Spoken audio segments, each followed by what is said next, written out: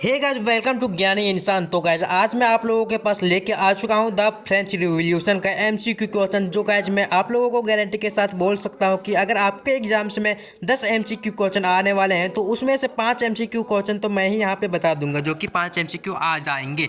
अब कौन वाला आएंगे ये नहीं बताऊंगा, लेकिन 50 एमसीक्यू मैं क्वेश्चन दे रहा हूँ, तो इसमें से जरूर 5 जरूर आएगा गाइज। मैं गारंटी देता हूँ, अगर नहीं आएगा तो वीडियो को डिसलाइक कर देना गाइज। और अगर आप लोग चैनल पे नए हो तो चैनल को सब्सक्राइब कर दो। अगर लास्ट में आप लोगों को कुछ भी वीडियो में बेनिफिट नज़र आए तो वीडियो को लाइक कर देना। तो गाइज वीडियो के और चलते हैं। तो गाइज हमारा फर्स्ट क्वेश्चन आता है। फर्स्ट क्वेश्चन है on dash the city of Paris was in a state of alarm, the city has commanded troops to move in to the city. कब हुआ था भाई? तो कब हुआ था ये तो आप लोगों को पता ही होगा, क्योंकि ये बहुत इंपॉर्टेंट था और ये वाला ही आ सकता है आपके एग्जाम में, जो कि है 14 जुलाई 1779। ठीक है, और सेकंड क्वेश्चन की तरफ बढ़ते हैं। तो सेकंड क्वेश्चन हमारा आ जाता है some 7000 man and women gathered in front of town hall and decided to form या डैश। तो पीपल्स मिलिटिया फॉर्म कर आया था उन लोगों ने। और फिर हमारा थर्ड क्वेश्चन आता है finally a group of several hundred peoples march towards the dash part of the city and stormed the fortress prison. The Bastiles where they hoped to find the hoarded ammunition. तो guys कहाँ था, किस part के था, मतलब कि जो कि यहाँ पे बेस्टाइल था, बेस्टाइल के किस पार्ट में गाइज? तो वहाँ पे ईस्टर्न पार्ट में था। तो हमारा फोर्थ क्वेश्चन आ जाता है कि why was the fortress prison the Bastille hated by all. सब लोग उससे नफरत क्यों करते थे? तो गाइज यहाँ पे it stood for the despotic power of king वहाँ पे बहुत कुछ अपना पावर का हथियार सब कुछ वहीं पे रखता था, इसीलिए। और वहाँ से किंग अपने आप को मतलब कि थोड़ा सा घमंडी समझता था, इसीलिए वहाँ से सब लोगों ने हेट किया था बेस्टाइल का, जो कि प्रिजन था। और हमारा पांचवा क्वेश्चन आ जाता है what was the main protest by the people, price of bread. इसका आंसर हो जाएगा गाइस। और सिक्स्थ क्वेश्चन हमारा आ जाता है who said the task of representing the peoples has to be given to the rich. तो इसका आंसर होता है Jean Paul Marat. The national assembly formed a constitution in 1791 to limit the power of, किसका power को limit करवाने के लिए constitutional assembly बनाया गया था गाइज? 1791 में कॉन्स्टिट्यूशन ने बनाया। तो वहाँ पे मोनार्च जो कि वहाँ पे था लुई 16, उसके पावर को कंट्रोल करने के लिए बनाया गया था। तो यहाँ पे इसका आंसर हो जाएगा मोनार्क। ओके, फिर एट्थ क्वेश्चन हमारा आ जाता है who wrote the influential pamphlet what is the third state. तो इसके लेखक कौन है भाई? तो इसके लेखक है एबेसियस। इसको आप रट लीजिएगा या फिर याद कर लीजिएगा या समझ लीजिएगा, जो भी आपके मन में आता है वो कर लीजिएगा, लेकिन ये इंपॉर्टेंट है, आप लोगों के एग्जाम में जरूर से जरूर आ सकता है। एबेसियस होगा इसका आंसर। और हमारा नाइन्थ क्वेश्चन आ जाता है which group of people did not join the Jacobin club. कौन से पीपल थे जो कि जैकोबिन क्लब को ज्वाइन नहीं किए? तो इसका आंसर आ जाता है man of with property. Artisan तो ज्वाइन कर लिए थे, शॉपकीपर्स भी ज्वाइन किए थे, एंड डेली वेजेस वर्कर्स भी ज्वाइन किए थे। यहाँ पे जो कि बच जाते हैं वही है जो कि ज्वाइन नहीं किए थे, जिसके पास ज़्यादा प्रॉपर्टी था। और हमारा फ्रेंच रिवॉल्यूशन ओमेन, देखो यार, French revolution women demanded to the right of vote के लिए उन लोगों ने डिमांड किया था। और फिर वहाँ पे इलेक्टेड इन द असेंबली, ये भी जो डिमांड किया था।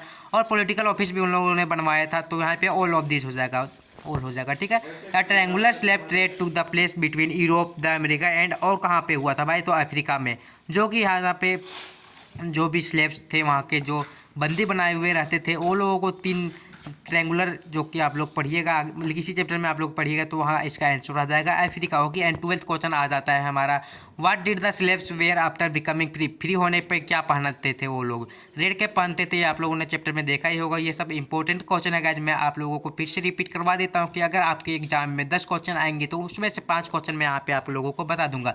तो हमारा 13th क्वेश्चन आ जाता है कि who were not considered passive citizens.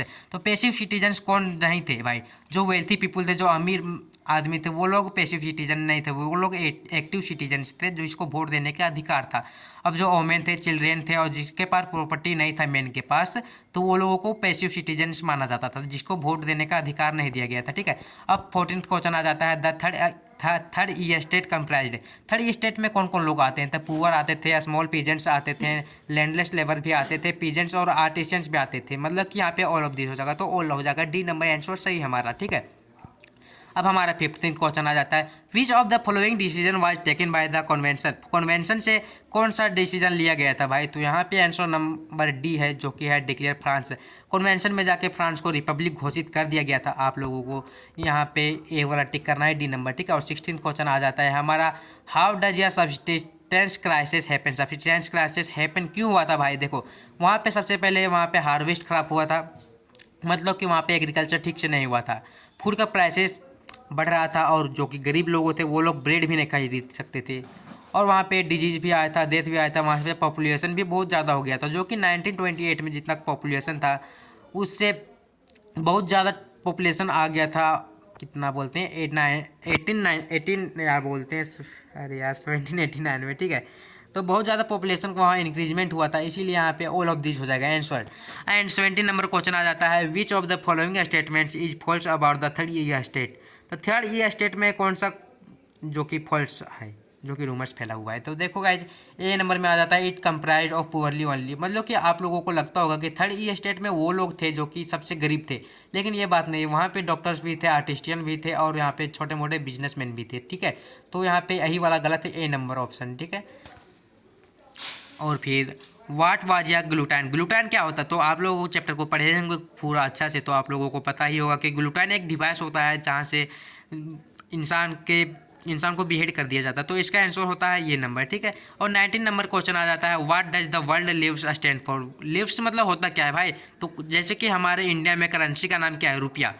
अब अमेरिका चला जाइएगा तो वहाँ पे डॉलर, ओके। तो यहाँ पे फ्रांस में था लिव्र, तो यहाँ पे आंसर हो जाएगा ये ऑप्शन जो कि है unit of currency in France, okay. And 20 number में आ जाता है, what was E state general. तो ई स्टेट जनरल क्या था, ई स्टेट जनरल था एक पॉलिटिकल बॉडी, जैसे कि हम लोग को यहाँ पे होता है बीजेपी कांग्रेस, तो उसी तरह करके एक पॉलिटिकल बॉडी होता है, वहाँ पे पॉलिटिकल बॉडी था, वहाँ उसको ई स्टेट जनरल भी था, ठीक है। और फिर देखो गाइस 21 नंबर पे क्वेश्चन पे आ जाता है, the term old regime is use to describe. The term old regime क्या होता है भाई, 1789 का जो फ्रांस का सोसाइटी था 1789 से, वो था दैट उसको डिस्क्राइब किया जाता था वर्ल्ड रिजिम से, ठीक है। अब 22 नंबर क्वेश्चन में आ जाता है, which of this books was written by John Locke. John Locke किस कौन सा बुक लिखे थे भाई, तो जॉन लॉक्स लिखे थे two treatise of government, two treatise on government, okay. And 23 number question में आता है, in the meeting of estate general the members of the third estate demanded that. Third estate क्या demand किए थे कि एक ई state पे एक वोट नहीं, all each member of this all three state should one vote, ये भी नहीं होगा। Each state should have one vote, ये भी नहीं होगा। तो उन लोगों ने डिमांड किया था जो कि ए नंबर है, all the states have one vote together. अरे यार क्या है, इसका आंसर होगा कि one vote, one each member should give one vote, okay guys. तो 24 नंबर क्वेश्चन में आ जाता है, who led the representative of third estate in Versailles on 20 June. तो भाई देखो यार, थर्ड ई स्टेट को लीड कौन किया था भाई, मेरे व्यू किया था, एबेसियस किया था, लुइस 16 किया था। तो इसका आंसर हो जाएगा both A and B, okay. और ए बी में जो गया आता है Mirabeau and Abbe Sieyes, okay. And guys 25 number question आ जाता है, which of this provisions was passed by the assembly on night of 4 August 1789। तो इसका आंसर हो जाएगा ऑल ऑफ दिस। एबोलिशन क्या था, फ्यूडल सिस्टम का। कैलर्गी को जो कि अपना प्रिविलेज मिला हुआ था, बर्थ से जो बर्थ का अधिकार मिला हुआ था उसको हटा दिया गया था। एंड तीर्थ को एबोलिश कर दिया गया था। तो इसका आंसर हो जाएगा all of this, okay. And 26 number question पे आ गए हम लोग, जहाँ पे है according to the new constitution 1791 the national assembly was to B.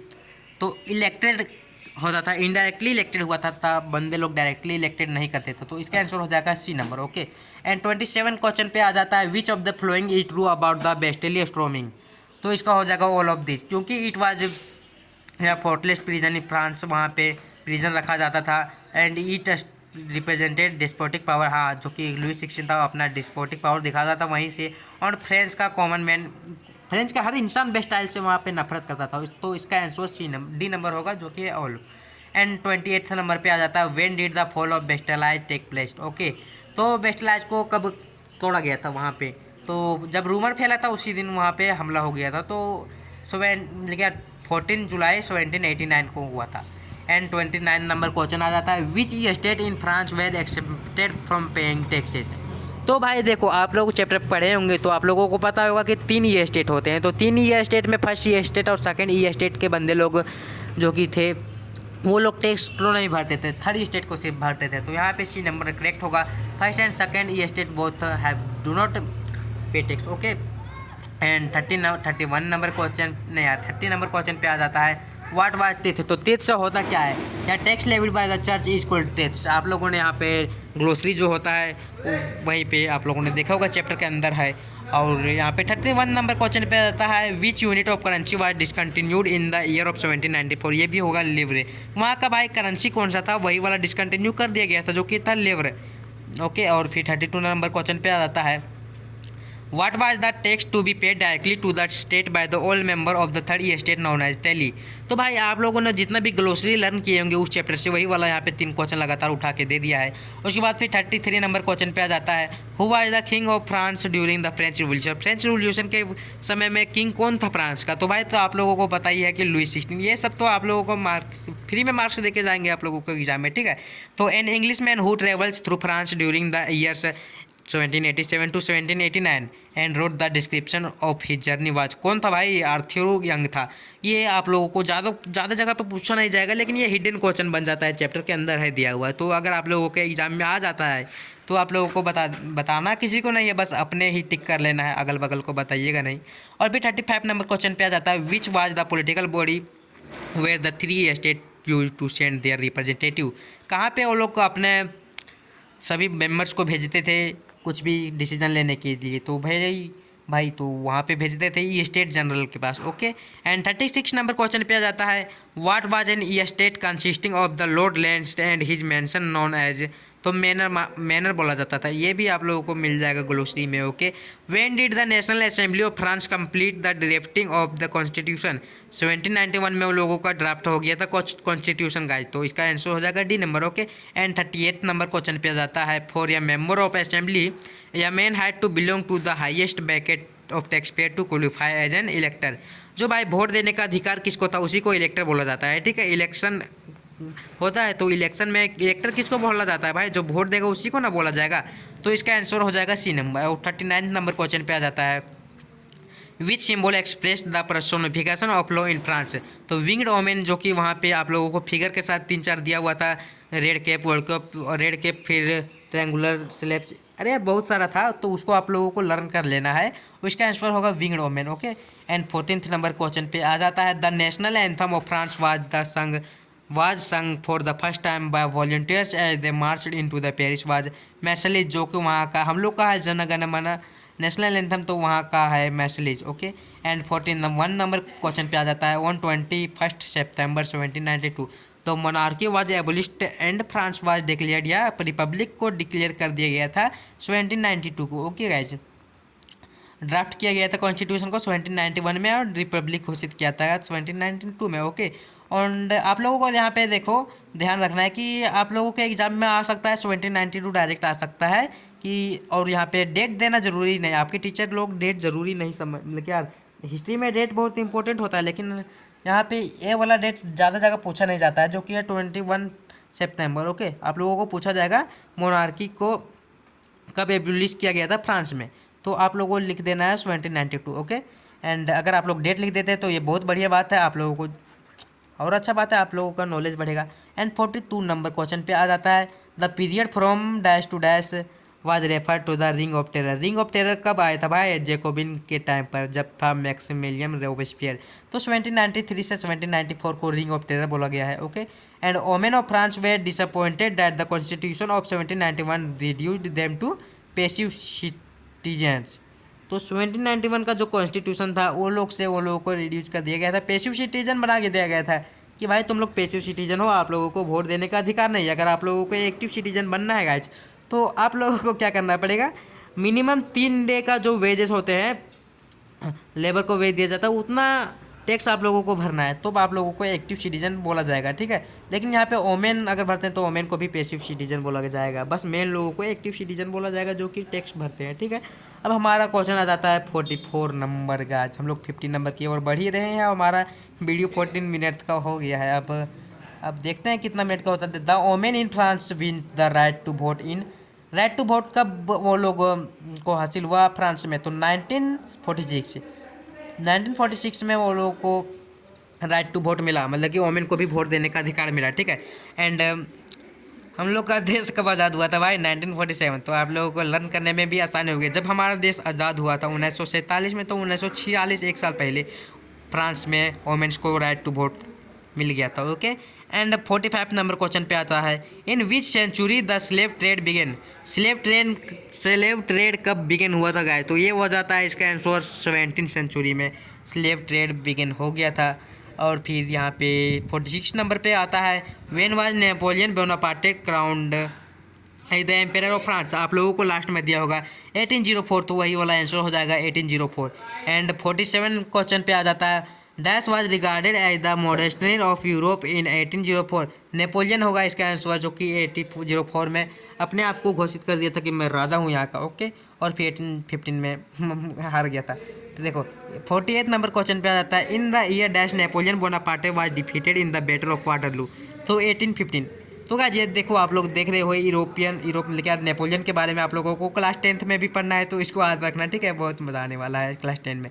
और फिर देखो, one important law that came into effect soon after the storming of the Bastille in the summer 1789 was the abolition of censorship. को abolition कर दिया गया था। अब censorship में होता क्या था भाई, देख लो। सेंसरशिप में मतलब कि न्यूज़ जो कि पब्लिक होते थे, पब्लिक लोगों के पास न्यूज़ भेजा जाता था, जो कि मान लो न्यूज़पेपर आप लोग बना रहे हो, तो वहाँ से सेंसरशिप मतलब क्या होता था कि आप लोगों को सरकार से परमिशन लेना पड़ेगा कि ये वाला छापूँ, सरकार जो बोलेगा वही कुछ छापना है। अगर आप लोग अपने मन से कुछ नहीं छापते हो, इंडिपेंडेंट मतलब आप लोगों को नहीं रहना, ठीक है? अब 15 नंबर क्वेश्चन पे आ जाता है, name the 2 individual from India who responded to the ideas coming from revolutionary France. Tipu Sultan and अरे यार क्या, राममोहन रॉय, राजा राममोहन रॉय होगा इसका आंसर। टीपू सुल्तान एंड राजा राममोहन रॉय, जो कि सी नंबर में राजा राममोहन रॉय का स्पेलिंग गलत है, तो आप लोग सही कर लेना, ठीक है गाइज? और फिर आप लोगों को 50 क्वेश्चन मैंने प्रोवाइड कर दिया गया है, और यहाँ पे आप लोग आंसर देख सकते हो, जो कि आंसर इस प्रकार है आप लोगों के। और फिर अगर आप लोग इसका डायरेक्ट लिंक चाहते हो, ड्राइव का लिंक मैंने इसका ड्राइव में क्रिएट किया, ये वाला लिखा हुआ, तो आप लोगों को अगर ड्राइव का लिंक चाहिए तो आप लोगों को डिस्क्रिप्शन बॉक्स में आप लोगों के लिए मैं इसका लिंक छोड़ के चला जाऊंगा, मतलब कि यार आप लोगों को इसका लिंक दे दूंगा। आप लोग डायरेक्ट लिंक पे क्लिक कीजिएगा, उसके बाद आप लोग अपना होमवर्क कर सकते हैं। अगर आप लोगों के टीचर बोलते हैं कि जाओ भाई आप MCQ बना के लाना, 50-60 जितना होगा उतना, तो आप लोगों को डिस्क्रिप्शन बॉक्स में लिंक दे दूंगा इसका, आप लोगों को डायरेक्ट प्रोवाइड कर दिया जाएगा ये वाला। ओके, देखो आप लोगों को इस तरह डायरेक्ट मिल जाएगा। ये देखो, इस लिंक पे आप लोग जैसे क्लिक कीजिएगा तो ऑटोमेटिक ये वाला ओपन हो जाएगा, और फिर आप लोगों को ये सब मिल जाएगा, ठीक है? अगर आप लोगों को वीडियो पसंद आया होगा या नहीं पसंद आया होगा, हमको बस सब्सक्राइबर चाहिए भाई और लाइक चाहिए। मैं नया हूँ यूट्यूब पर, तो थोड़ा सपोर्ट कर दो यार, हमारा भी चैनल को सब्सक्राइबर बढ़ा दो थोड़ा थोड़ा। अपने दोस्तों के पास शेयर नहीं करोगे, मेरे को पता है, अगर आप लोग शेयर कर देते हो तो बहुत अच्छा बात है। और आप लोग मैं हाँ गाइस, कमेंट करके बता दो कि क्या इम्प्रूवमेंट कराऊँगा मैं अपने वीडियो में, क्या और अच्छा चीज़ डाल सकता हूँ जो कि आप लोगों को पसंद आए, और आप लोग लाइक करके चले जाएं। अभी तो मैं ज़बरदस्ती लाइक करवा रहा हूँ, लेकिन अब आप चाहे तो खुद से लाइक कर दीजिएगा। अगर आप लोगों को अच्छा लगा होगा, अगर ख़राब लगा होगा तो फिर भी लाइक कर देना है भाई। अगर मैंने बोला था कि इसमें 50 क्वेश्चन में से अगर आप लोगों के 10 MCQ आते हैं तो 5 MCQ तो इसी से रहेंगे। अगर नहीं आया भाई तो वीडियो को डिसलाइक कर दीजिएगा, मैं गारंटी देता हूँ यही वाला आएगा, ठीक है? तो वीडियो को ख़त्म करता हूँ वहीं पे। चैनल को सब्सक्राइब कर दीजिए, आप लोगों को स्टडी रिलेटेड मटेरियल्स मिलते रहेंगे जो कि होंगे क्लास 9th और 10th का। Okay guys, bye guys.